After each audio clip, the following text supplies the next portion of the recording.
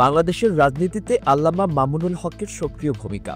গণঅভ্যুত্থান পরবর্তী বাংলাদেশে যেসব ব্যক্তিত্ব গুরুত্বপূর্ণ হয়ে উঠেছেন তাদের মধ্যে অন্যতম হলেন বাংলাদেশ খেলাফত মজলিসের আমির শাইখুল হাদিস আল্লামা মামুনুল হক। দেশের সমসাময়িক রাজনৈতিক পরিপ্রেক্ষিতে এবং ভবিষ্যৎ সিদ্ধান্ত গ্রহণে তার মতামতকে বিশেষ গুরুত্ব দেওয়া হচ্ছে। বর্তমান রাজনৈতিক পরিস্থিতিতে দেশের প্রধান রাজনৈতিক নেতৃবৃন্দের পাশাপাশি আল্লামা মামুনুল হকও আসন্ন জাতীয় নির্বাচন নিয়ে বিভিন্নভাবে তৎপর রয়েছেন। তার নেতৃত্বাধীন দল বাংলাদেশ খেলাফত মজলিস চলতি মাসের মধ্যেই দেশের ৩০০টি আসনে দলীয় প্রার্থী তালিকা চূড়ান্ত করার প্রক্রিয়ায় রয়েছে। জানা গেছে, দলীয় মনোনয়নের ক্ষেত্রে যারা জনপ্রিয়, সংগঠন ভিত্তিক, গ্রহণযোগ্য এবং মাঠ পর্যায়ে সক্রিয় তাদের অগ্রাধিকার দেওয়া হবে। আল্লামা মামুনুল হকের অনুসারীদের মতে দেশের সকল আসনে প্রার্থী দেওয়া একটি কৌশলগত এবং দূরদর্শী পদক্ষেপ। যদি খেলাফত মজলিস কোনো দলের সাথে জোট না করে স্বতন্ত্রভাবে সব আসনে নির্বাচন করে, তবে দলের স্বতন্ত্র পরিচিতি ও গণভিত্তি আরও মজবুত হবে।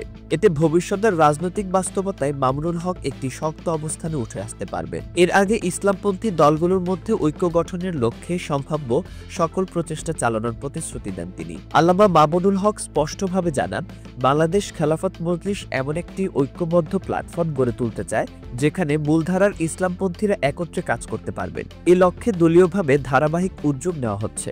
সম্প্রতি প্রধান উপদেষ্টা ডক্টর মোহাম্মদ ইউনূসের সঙ্গে এক বৈঠকে আল্লামা মামুনুল হক বলেন, উপদেষ্টা আশ্বস্ত করেছেন যদি সকল পক্ষ সহযোগিতা করে তবে একটি অবাধ, সুষ্ঠু ও নিরপেক্ষ নির্বাচন উপহার দেওয়া সম্ভব। তিনি আরও জানান, তারা নির্বাচনের পূর্বে বিশেষ কিছু মানবাধিকার লঙ্ঘনের মামলার বিচারিক অগ্রগতি এবং বিচারের রায় কার্যকর হওয়ার দাবি জানিয়েছেন, বিশেষ করে ২০১৩ সালের ঘটনার সাথে জড়িতদের প্রসঙ্গে।